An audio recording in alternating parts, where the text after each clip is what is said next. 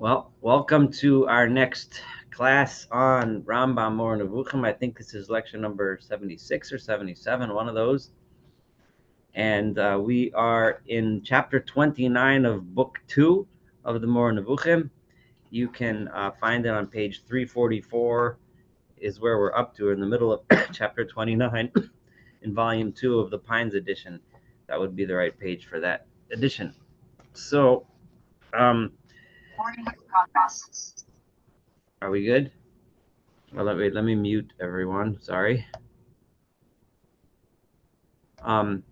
So we have just learned until now this whole idea that that when the prophets use grand poetic language that refers to the sun and the moon and the the sun is the moon is going to disappear into darkness and the great heavens shake and the earth shakes and all this stuff, that it's spoken in metaphors, it's poetic ways to discuss dramatic worldly events, but they are not ever referring to an actual change in the nature of science. So when they talk about these grandiose events, the sun still goes around the earth, or that was the way he would have thought about it, but the earth goes around the sun, however you want to look at it, right? The stars still do stars things, and mountains still do mountain things, and so on. So science doesn't change. So and all of those verses that seem to indicate otherwise are spoken in metaphors, are spoken in as a poetic language to describe various earth-shattering events.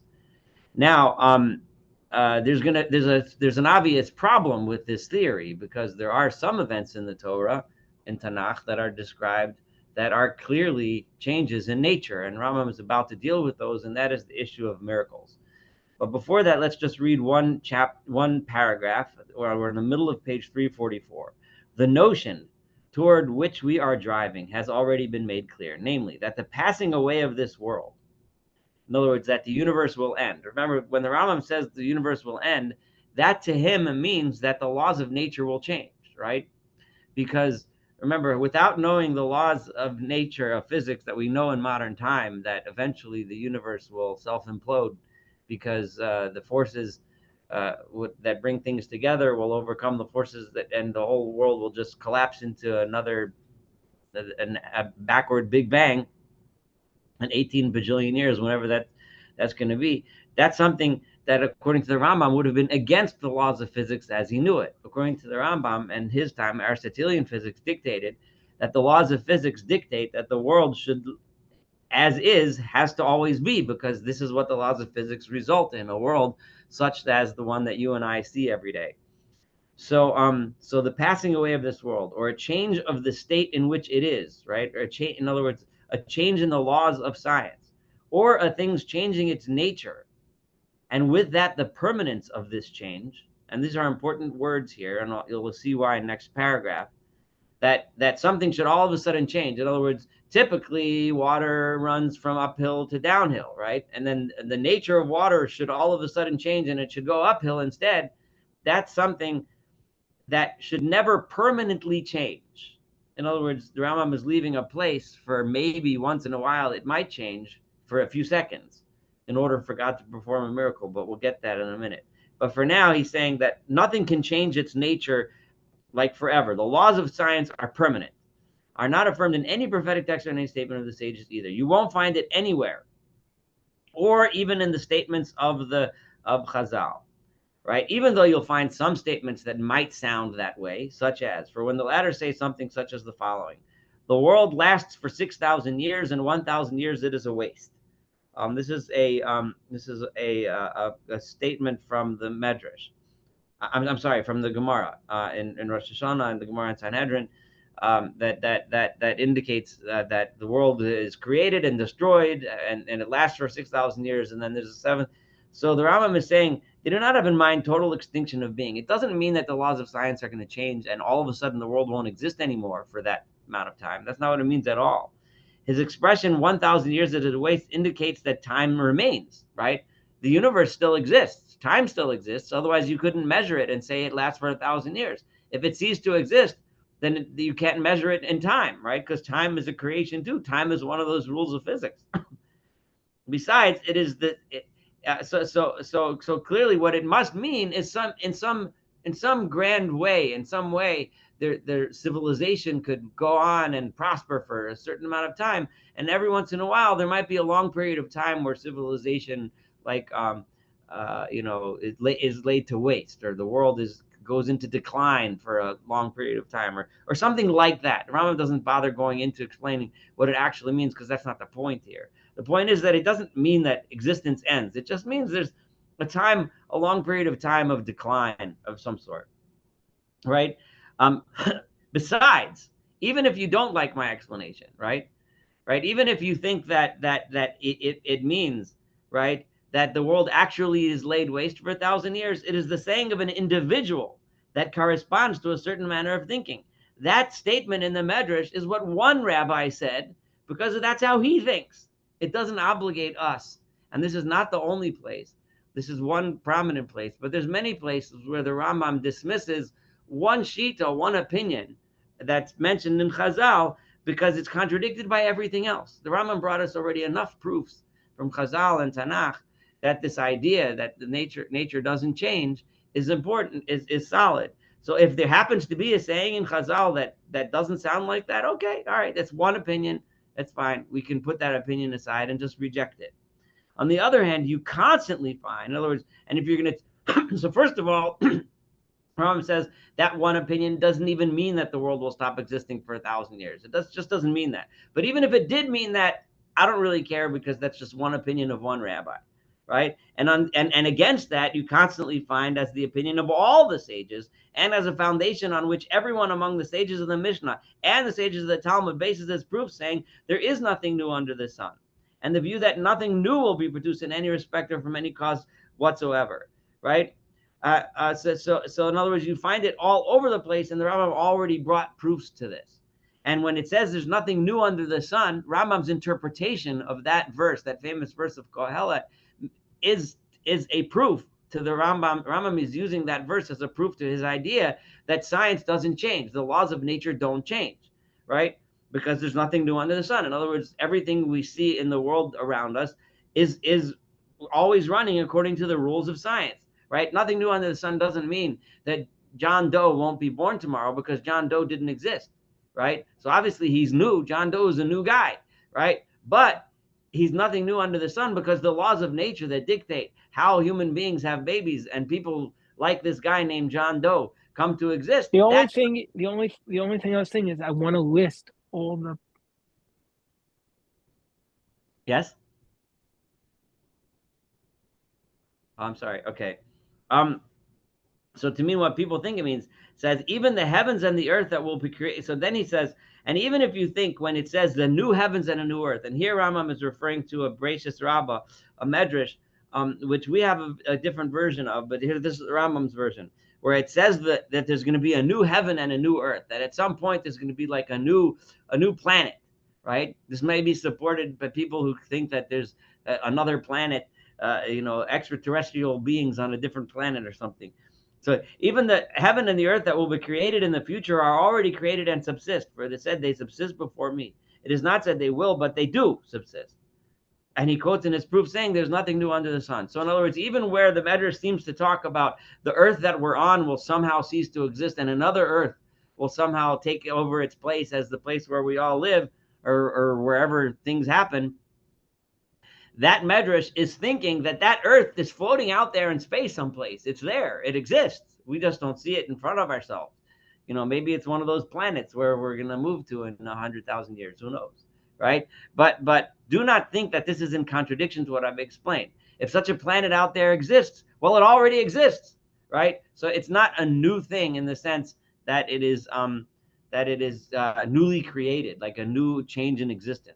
For it is possible that he means that the nature that will necessitate in time the states of existence that have been promised is created since the 6 days of the beginning, and this is true, right? That there will be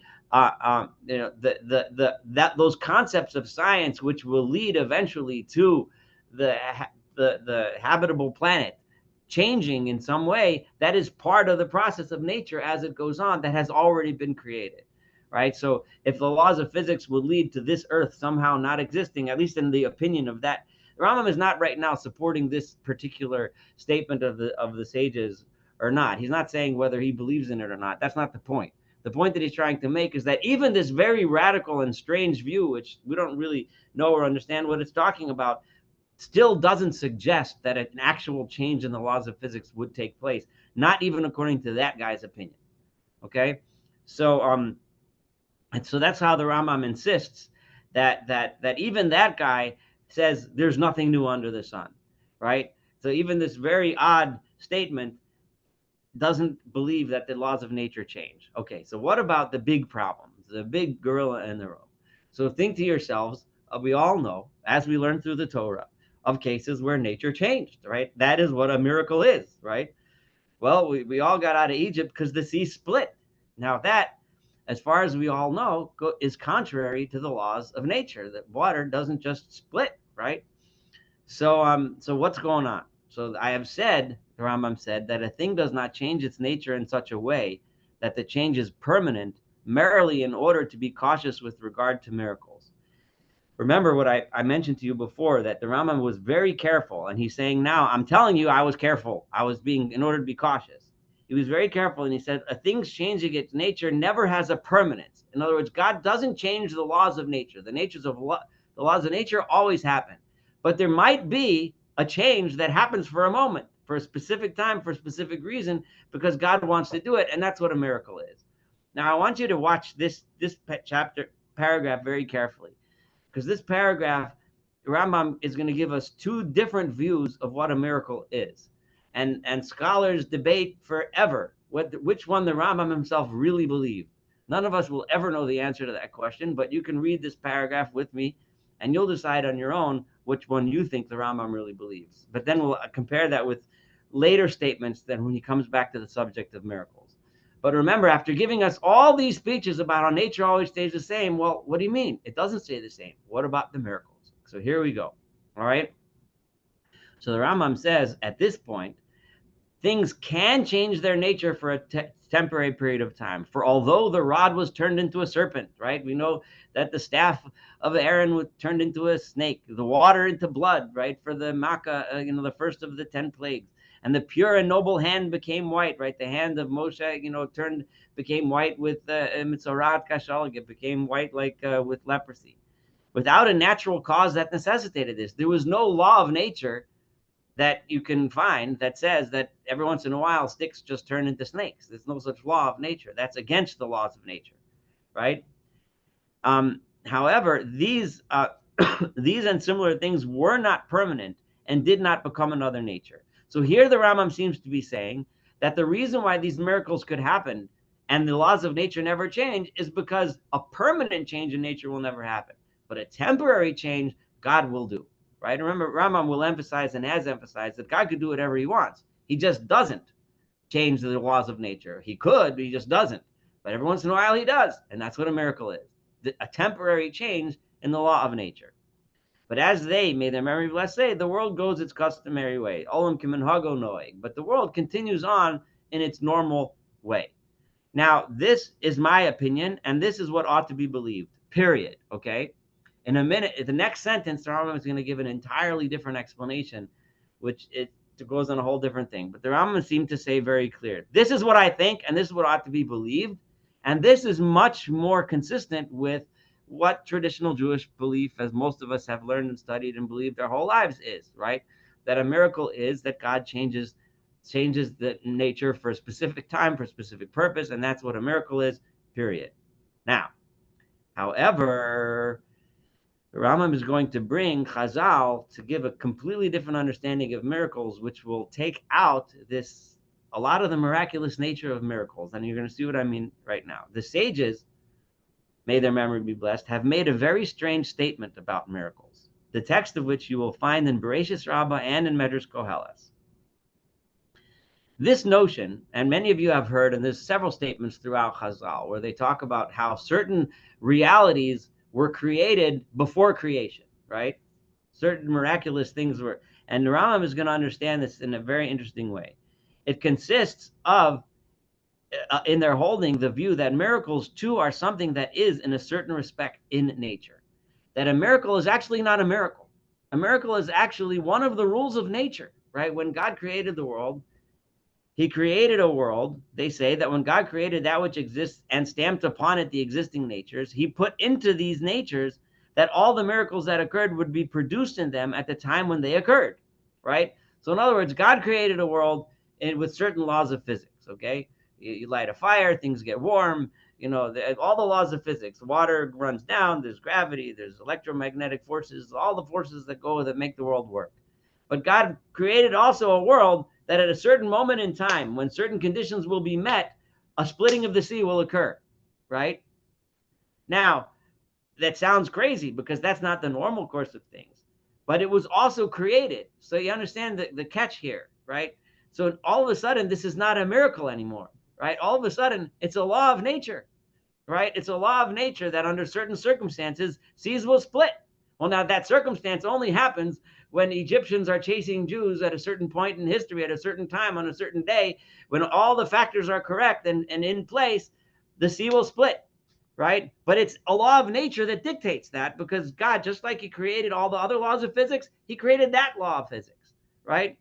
So according to now he put into these natures that all the miracles that occurred would produce them at the time when they occurred. According to this opinion, so now what about the prophet? The prophet comes and says, a miracle is going to occur, whatever. on Elijah, Eliyahu on Mount Carmel says, a miracle is going to occur, God's going to bring a fire from heaven, right? He goes and prays, God's going to bring a fire from heaven. And then a fire comes from heaven, a miracle, all right?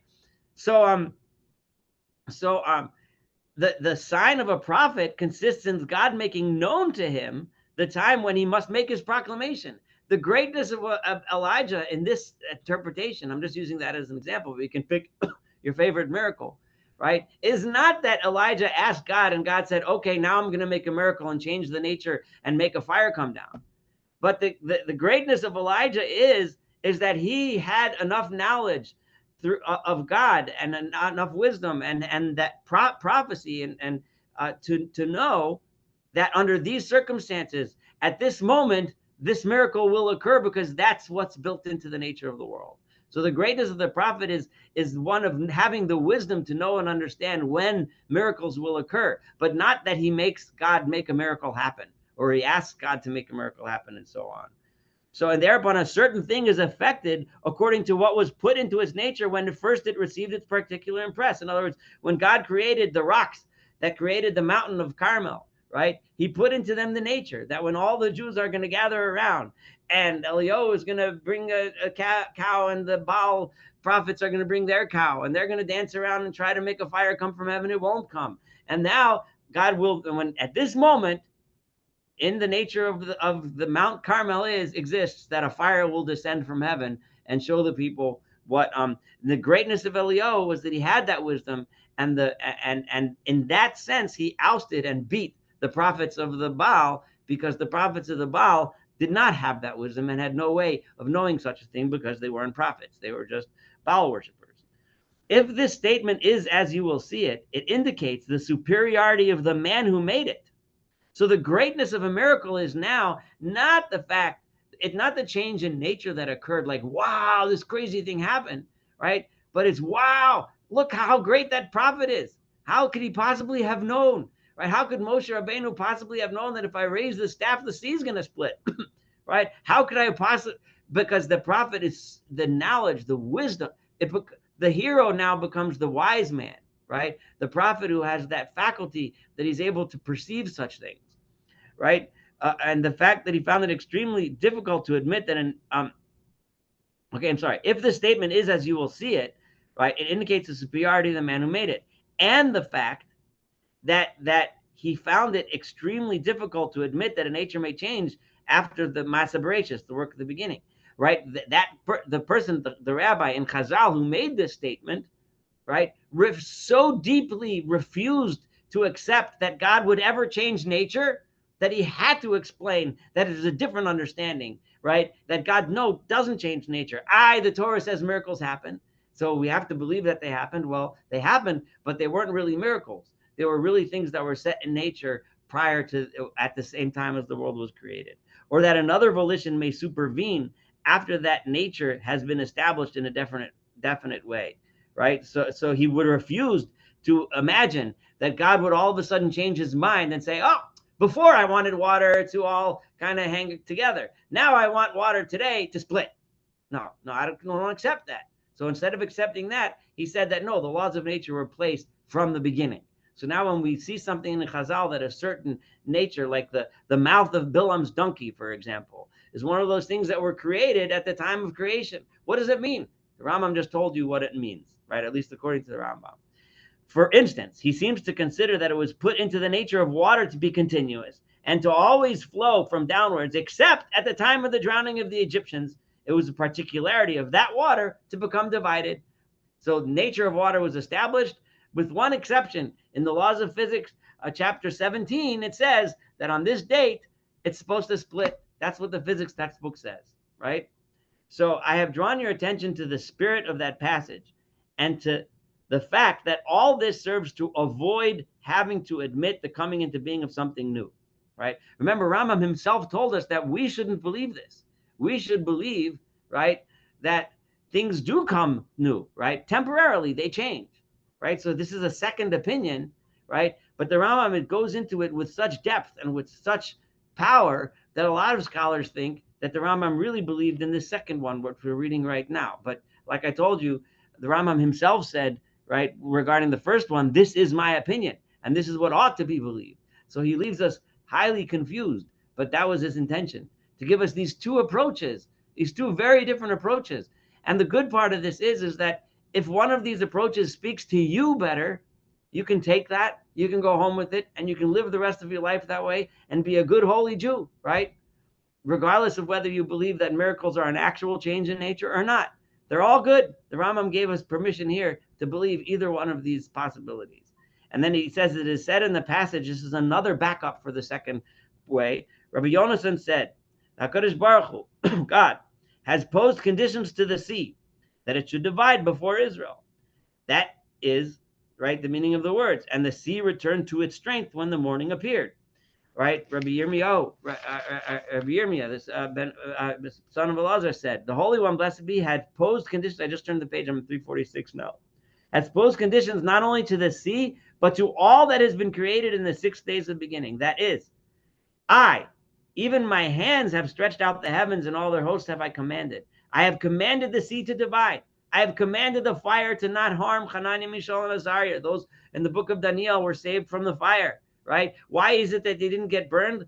Because when I made the physics of fire, I made a rule that on that day, Hananiah, Mishael, and Azariah shouldn't get burned. That was a rule of physics, right? The lions not to harm Daniel. Why all of a sudden were a bunch of hungry lions didn't eat Daniel, right? Because I made that rule. And the fish to spit out Jonah. So this medrash Rambam is bringing to support his assertion, right? That's what it meant. That God created that at the time of creation. He created those laws of physics just like he made the laws of science. All the other miracles can be explained in an analogous manner. So now we have two ways of understanding miracles, both very different, but both kosher ways of understanding, right? One, the Rambam brought several proofs from Chazal and really went into banging it in your head. And the other one, the Rambam shortly and quickly mentioned, but said it was his opinion. All right. So, the Rambam is going to change tunes a tiny bit, right? So I want to ask if there's any comments, because this is one of the most famous and also in many ways controversial statements of Rambam and Moreh Nevuchim, because you can imagine, I mean, this has ramifications for our whole religion, really.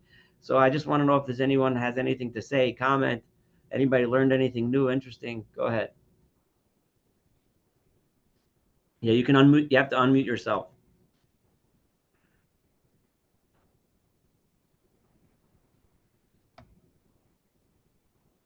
Sorry, I moved my cursor. Anyway, when it says major implications for religion, when kind of the definition of miracle. So instead of saying God comes in and intervenes and changes the laws of nature, he says no. He just redefines nature to say you have to add miracles at the time of creation, and not as God intervening. I missed why this has major implications for religion, depending on which way you go. Well, if you take the second understanding to its conclusion, right? So there are actual laws of nature, right? Right, that dictate when these miracles would happen. So if you go ahead, let's say, and you pick the story of Elio on Har Carmel, right? Okay. And you realize that, and you try to explain it by saying, Elio understood that if I do a certain thing, I would draw lightning to this spot, for example, right? That kind of goes along with the second thing that the Rambam said, right? Because Elio's genius was not necessarily was his wisdom, right? It wasn't necessarily that he asked God and God came and changed things. Elio understood the laws of nature, right? Right. So it wouldn't be so like all of those miracles, many of them we may not have the scientific explanations for, but one could argue that the scientific explanations do exist. So you can search and try to find what those scientific explanations are, right? Because Elio is simply wise enough to know and understand that under these conditions, right, a fire will come down. Those conditions might have included knowing how to draw lightning to a certain spot, right? Or yeah. So you're saying that it's not in response to a human request. Yeah, but yeah, it wouldn't exactly. It wouldn't be in response to a human request. Now, so on the same thing would be if you were to explain, some other reason why, all these other miracles would happen. Now, many of the miracles don't really lend themselves to such an interpretation. It's very hard to figure out, right, why they happened, right? But if you try to explain, right, and then later on we'll see that Rambam tries often, and we've seen it a little bit already, to explain miracles in rationalistic ways, right? And so when you explain it in a rationalistic way, and it fits the laws of physics, or performed it. Go ahead. I'm sorry. Well, if you had asked me 15 minutes ago, right, what I thought about Judaism and the plagues and all that happened in Egypt, I think it's great. Moses asked God to do this, and he comes in and says, "Okay, I'm going to do it. I agree with you. We got to do this to get the Pharaoh scared." And okay, so that's sort of how I understood it. So now the second, now he's saying, no, look at it a different way. This was destined to happen, and Moses was a prophet, and the timing was what was key, and he knew beforehand this was going to happen. What I'm trying to process, how does that change my view of Judaism or Judaism itself? What's really the difference? There's a God, and he can intervene and do whatever he wants, and whether he does it time of creation, or he does it because Moses said, "Please do this." I'm trying to figure out how that affects anything in terms of theology. Well, if when we pray, right, can we pray for God to change something, right? Okay. According to the second version, right, it's kind of silly to think that you can pray, right? Or if you draw it to its logical, you can draw this conclusion. You don't have to, but you can draw the conclusion from here that it doesn't make sense to pray for something to happen, right? Because God doesn't change things. The laws of nature go as the laws of nature goes, right? Well, it seems to support the second one seems to say that absolutely everything is preordained, because otherwise, why would this miracle, so to speak, be inserted at this time with these conditions? Then we already know, like, the story's just going to unfold. It's not so much preordained because, well, it's preordained that under those conditions such a thing happen. Yes, I agree with that. But it's not preordained in the sense that some of the conditions that needed to be fulfilled came about through human beings' choices, right? Right? The choices that led to the Israelites being chased by the Egyptians to the sea. But God would have known. But it sounds like, well, the story's kind of in my mind, it seems that the story then is already written because God knows that those exact conditions will occur. No, or Otherwise, God knows that if those exact conditions occur because we choose them, right? Then, like, let's say when God came to Moshe at the bush, Moshe said, "Listen, God, you're a really cool guy, but I'm not doing this. I like it here in Midian. I'm not interested, right?" Or let's say the Jewish people, we see they cried out to God and he listened. Let's say they didn't cry. Let's say they just got so despondent in slavery that they said, you know what, we're just going to be slaves forever. I mean, if you change anything, any one of those events, and had everything played out differently, right? Would the conditions have been met for a splitting of the sea to occur? Probably not. or right? did he have a second set of miracles that occur if this scenario happens? I mean, it's kind of a weird. Yeah, I mean, it may be all right. It could have been a different set. We don't know. There was another miracle. You're right that could have happened had a different set of circumstances happened. But this particular miracle happened under those circumstances, and that was written into science. But it is a way. It's a clever way of getting out of when someone says, "Are the laws of nature immutable?" Right? Right? Or are the laws of nature? Does God change the laws of nature? With the second path, Rambam can continue with his idea that the laws of nature will never change. Not that God can't change them, but that he doesn't change them, right?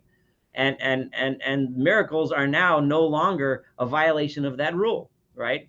Because miracles were also laws of nature, right? And that's the clever thing that Rambam accomplished with this second path, right? And how we so if you and I are walking around and we don't have prophetic wisdom, so we don't know when the sea's going to split, right?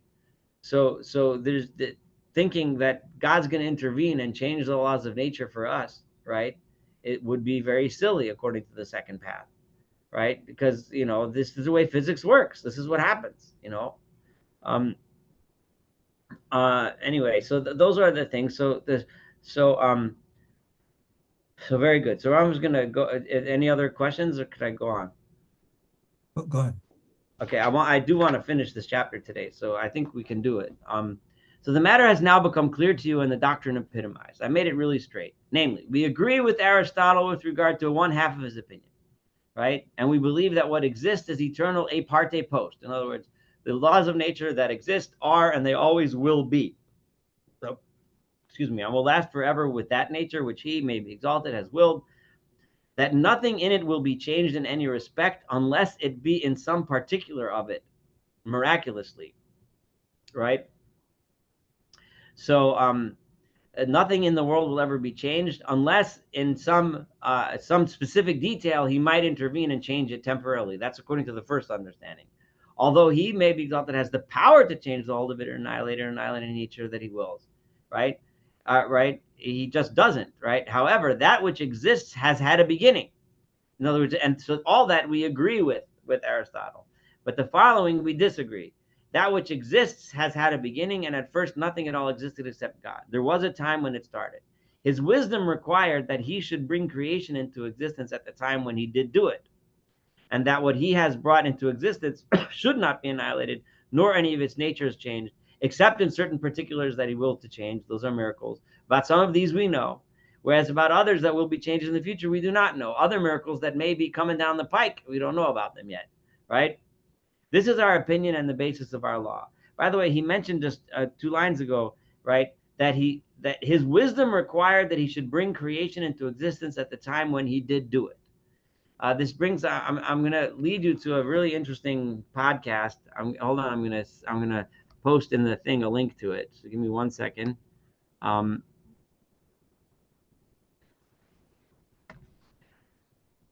If you can get this, it's the Habura podcast. Wait, where's the chat thing? There it is. Okay. Okay, I just put it up there. If you can cut and paste it for yourselves, it'll be up there the rest of the lecture, I guess.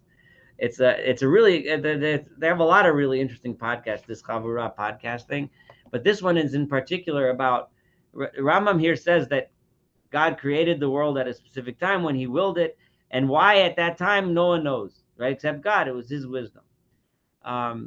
I I direct you to listen to that podcast about the Kabbalistic Sefer Shomer Amunim, one of the early Kabbalistic works that agrees with the Rambam, but gives an answer as to why God created at a certain time, but it's a philosophical answer, not a Kabbalistic one, which is very interesting. His answer, the Shomer Amunim's answer, is that it's because I don't know if I should give this away. Maybe you should listen to the podcast.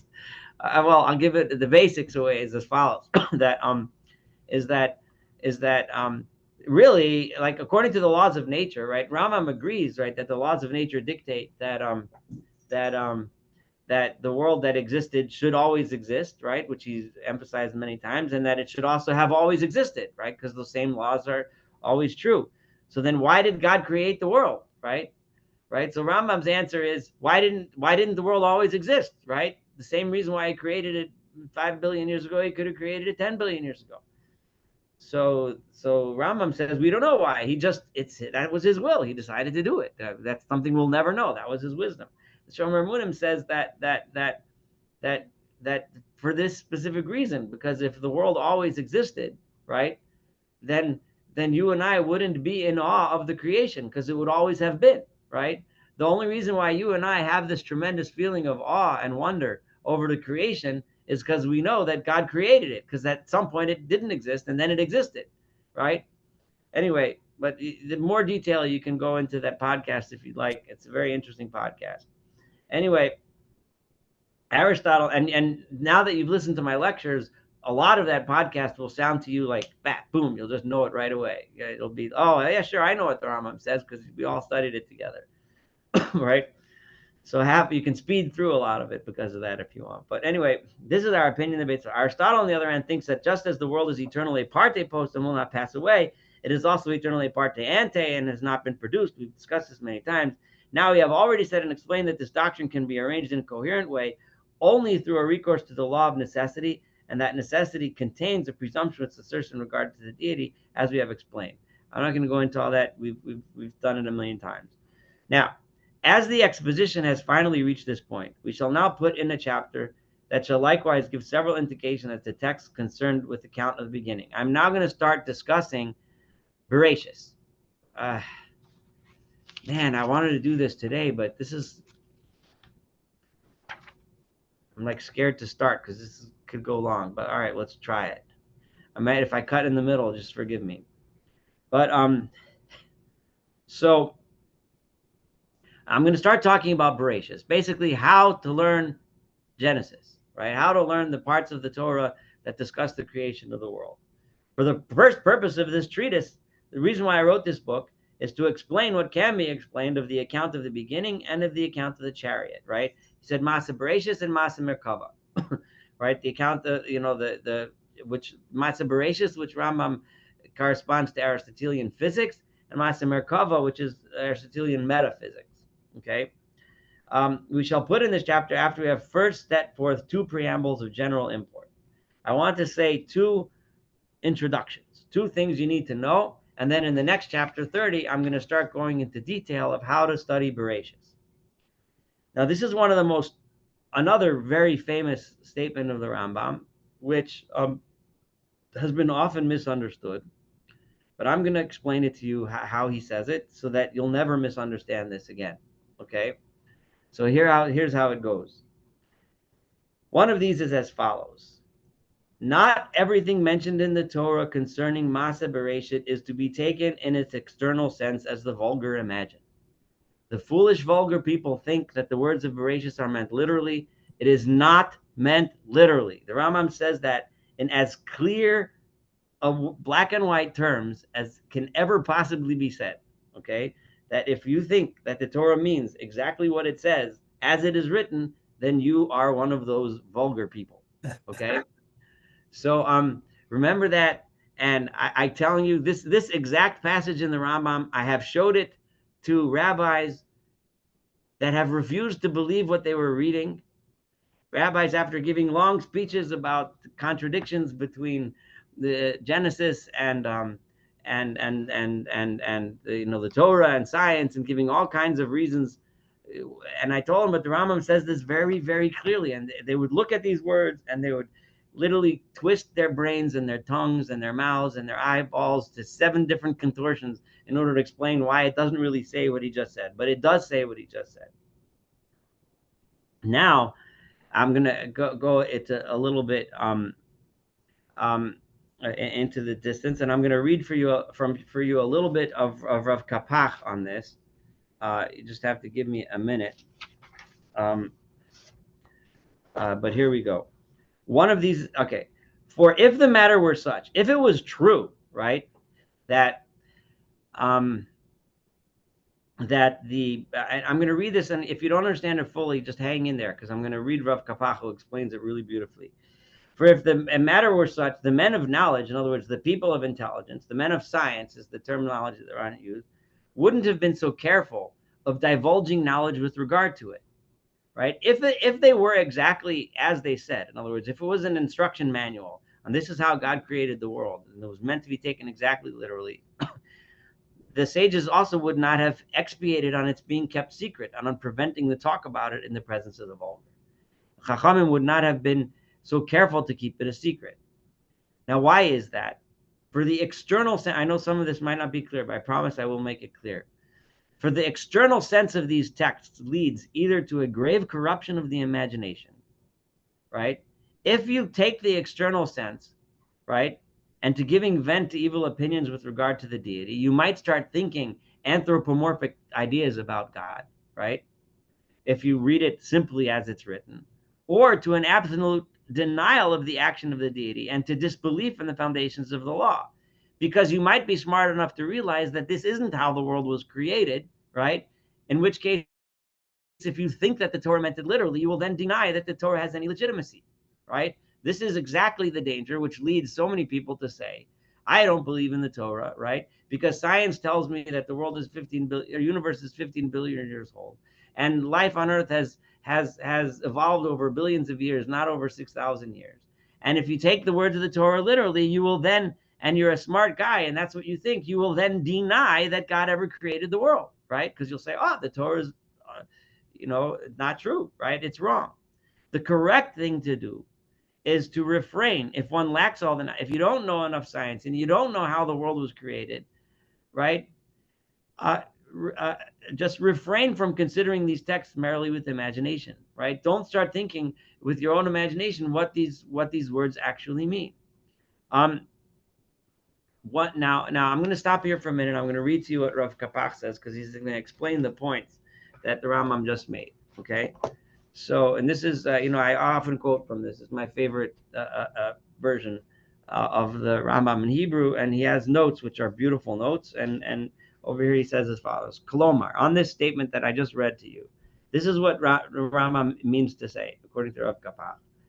Im yavinum kipshutam, right? If people will understand them according to their simple meaning, then yavo'u lidei dimyonot shav biyachas lemetzias. They will then come to imagine things about science that are false, right? They'll start imagining things about science that are dimyonot shav. They are false, incorrect imaginations about what nature of science, about the nature of metziut, the nature of actual science. And worse than that, right? So in other words, so you can't understand them simply, because if you do, then you're going to conclude all kinds of goofy scientific ideas which are contradicted by what we know to be true. More than this, worse than this mistake is the following: is that right? If you go ahead and you interpret them literally, you're going to start thinking anthropomorphic ideas about God, right? Because read through Bereshit and you'll see right away. God says this is good, this is not good. He has conferences with angels, all kinds of things. You think he's like some kind of CEO, right? The whole thing, you're going to start making goofy ideas about science, right? And you're going to start making goofy ideas about God. And then those people that are smart, right? Shehiskilu, that they understood, right? They understand that, you know what? These words can't be understood if they're read straight, if you read them simply.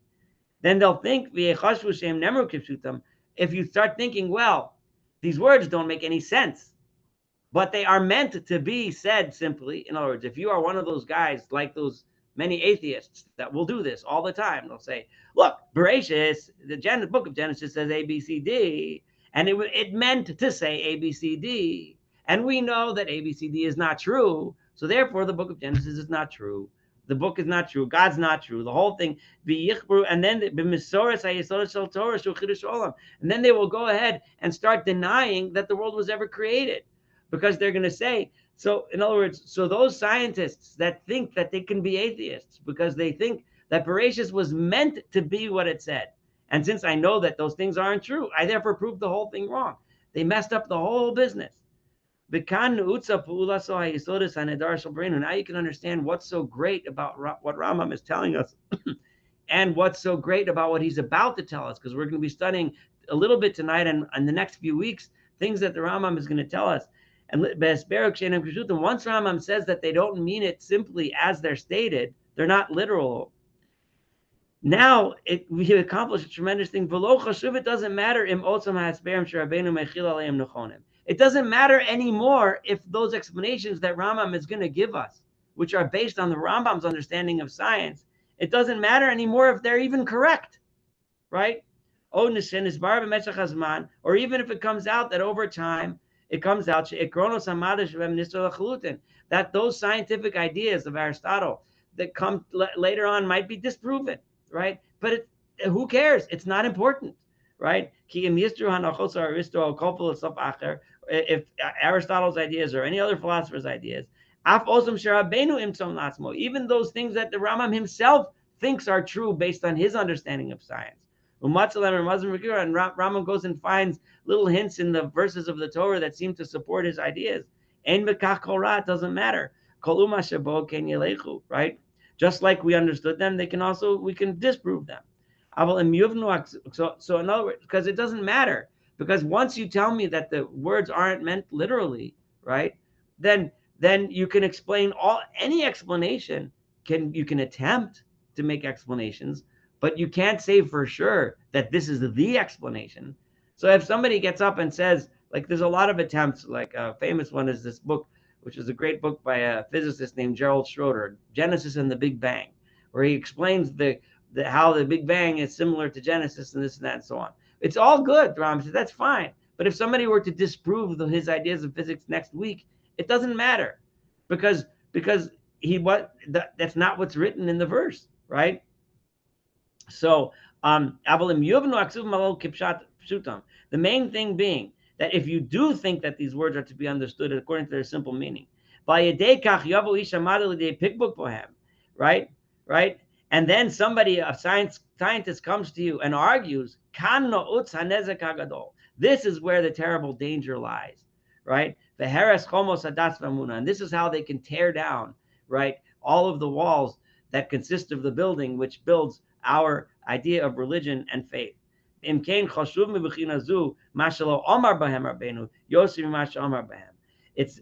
from this perspective, right? It's even more important what the Rambam did not say, right, than that which the Rambam does say. So as the Rambam tells us now that you have to be careful when you explain these things. Why is it that the Chachamim were so careful that it has to be done in secret, that it has to be done carefully, that it shouldn't be done in public, that you shouldn't tell this to stupid people, right, or uneducated people? Why? That sounds so haughty. That sounds arrogant. Well, you're not going to teach the simple folk? No, you can't teach the simple folk, because every time you tell them this is the pshat, they go home and they think this is the pshat, and then next week, when another scientist disproves what you thought last week, they say, oh, the Torah is gone, right? How many times, I don't know if any of you have ever engaged in arguments or polemics or discussions about the subject of science versus religion, evolution versus creation, and some genius gets up and says, oh, I heard this lecture, it was great because he explained this with science, it's 15 billion years equals 2 days equals this equals that, and this, or evolution is that. And then the next week, that whole physics lecture goes out the window with a new discovery, a new experiment, right? Right? Everyone at the table or the discussion thinks that Bereshis was just disproven. That's why you have to be careful. And that's why the Rambam is going to continue saying, right? So one should not act like the wretched preachers and commentators who think that a knowledge of the interpretation of words is science, and in his opinion, wordiness and length of speech add to perfection. Here he's criticizing people that talk and talk and talk and talk and talk and sound really, really, really, really complicated, as if somehow that's going to answer all the questions, when in essence, they really said nothing. On the other hand, it is obligatory to consider them with what is truly the intellect, after one has acquired perfection. He said, but that doesn't mean you shouldn't try when you do have the science and you do have the intellect and you do have the knowledge in the demonstrative sciences and knowledge of the secrets of the prophets. When you learn the Torah and you learn what the prophets have to teach, and you learn the science, and then you have an understanding that might explain the verse, go ahead. You have to do that. You have the obligation to try. However, as I have explained several times in our commentary on the Mishnah, none of those who know something of it should divulge it. And they say explicitly, as from the beginning of the book up to here, the glory of God requires to conceal the thing. And why should they not divulge it? Because of the mistakes that I just said. Even though you think you know those sciences, next week, they might be wrong, right? Just like Rav Kapach explained. They say it at the end of what is said concerning the sixth day of the beginning. Thus, what we have said has become clear. However, in as much as the divine commandment necessarily obliges everyone who has obtained a certain perfection to let it overflow through us, if you have ideas, you should teach them, as we shall make clear in the chapters on prophecy that follow. Every man endowed with knowledge who has come to possess an understanding of something pertaining to these secrets, either through his own speculation or through being conducted towards us by a guide, must indubitably say something. It is, however, forbidden to be explicit about it. So what the Rambam's about to do in the upcoming chapters, right, is really just leading us on, giving us little hints, little bits, little flashes of maybe ideas that might explain it. But he doesn't want to be explicit and say, this is the way it is, because of the extreme danger in saying such a thing. He must accordingly make the secret appear in flashes. Many such flashes, indications, and pointers occur in the sayings of some of the sages, may their memory be blessed. But these sayings are mixed up with the sayings of others and sayings of another kind. For this reason, you will find that with regard to these mysteries, I will mention a single saying on which matter based and leave the rest alone, so you can go ahead and befits that should be left to them. The second preamble is very quick, so I'm going to read it quickly, right? Before I explain to you how to read Bereshis, and that is that prophets use equivocal words. For example, in the famous prophecy in Jeremiah in the beginning, where he says, Makel shaked ani ro'eh, I see a stick that's growing almonds, right? Where the purpose of the shaked is shoked ani, which the word shaked, which means almonds, also means I'm doing it quickly, I'm being diligent about something, right? And so on, as we shall explain in chapters on prophecy. With regard to the same principle, on the reference to the chariot, they use the word hashmal. Hashmal, which is in modern Hebrew, is translated to electricity. It obviously didn't mean electricity in Ezekiel, right? He gives different meanings, and you can read those. So in other words, when they use certain terms that have equivocal meanings, they could mean A, they could mean B, and they're used in order to demonstrate, they might see and envision a word or something that demonstrates a word, but then that word flips to mean something else when you're interpreting the meaning of their prophecy. So this concludes chapter 29, and gave us the basis of, and the Rambam really knocked down, and it's incredible to think about that to this day, people still arguing about what are essentially, once you read this Rambam, stupid things about, and excuse me for being harsh, about the issues of Genesis versus what it says here. The Rambam just told us exactly all we really need to know. Bereshis is not literal, and you can try and match it up with modern science, and it's all well and good if you do that, but don't think that that is the be all and end all of it all, because it might not be next year, right? As long as you understand that it's not literal, and that all of your intellectual endeavors after that are honest attempts, and you realize that that's all they are, just attempts, you'll be okay, and you won't think that God is a CEO sitting up there with a bunch of advisors, number one, and you also won't think that the world, that the Torah is foolish, God forbid, and it's all baloney, and there never was a creation because of a literal interpretation of Bereshis. All right, so I'll stop here. We have like 2-3 minutes to go with questions if you have any. So was the biblical account of creation just a story that was written to accommodate people's level of knowledge at the time, or to satisfy people's quest for understanding of? That's a really, really good question. I want you to hold it to next week, because the Rambam is going to, when he tells us about about how he interprets Bereshis. Well, first of all, the simple, quick answer to that question is it's simply an account that states that God created the world. And that's the really important thing, that there was a creation, right? It's not a description of how the creation happened. But now the Rambam is going to go ahead and interpret some of the verses in the account of creation, right? And tell us how he thinks, right? What they really mean, right? Right? With the caveat that he just told us that it may or may not actually be right. Like, in other words, like Rav Kapach told us that the Rambam himself is telling us that even if I'm wrong, right, it's okay. But he's going to do it anyway, right? Because the Rambam is going to be basing a lot of what he says on his understanding of science, which we know today is wrong, right? I mean, I doubt the Rambam ever thought that he would be proven wrong. Like we've said numerous times, I think he thought that Aristotelian science was the be-all and end-all of everything. But he did understand that it might not be, you know. But anyway, but yeah, but the much more extensive answer to that question we'll learn as we see how he treats the story of Bereshis and how he analyzes it. Then we'll see what kind of lessons he thinks we can learn from the story, other than the science. Okay, I'm sorry. No, thank you. Thank you. Okay. Any other comments or questions before we close up shop for the day? If there aren't, then thanks for hanging with me. I'm sure those of you I hope you're happy that you tuned in tonight, because this was a pretty cool night. We talked about miracles and we talked about Bereshis. These are two really, really big stuff from the Rambam, and really important. So you're telling me that I shouldn't be double checking anything I read in the Torah against anything else? If you're treating the Torah like a science book and you're trying to match it up with your latest up-to-date physics textbook, then yeah, I agree with you on that. Well, I'll leave you with this concern.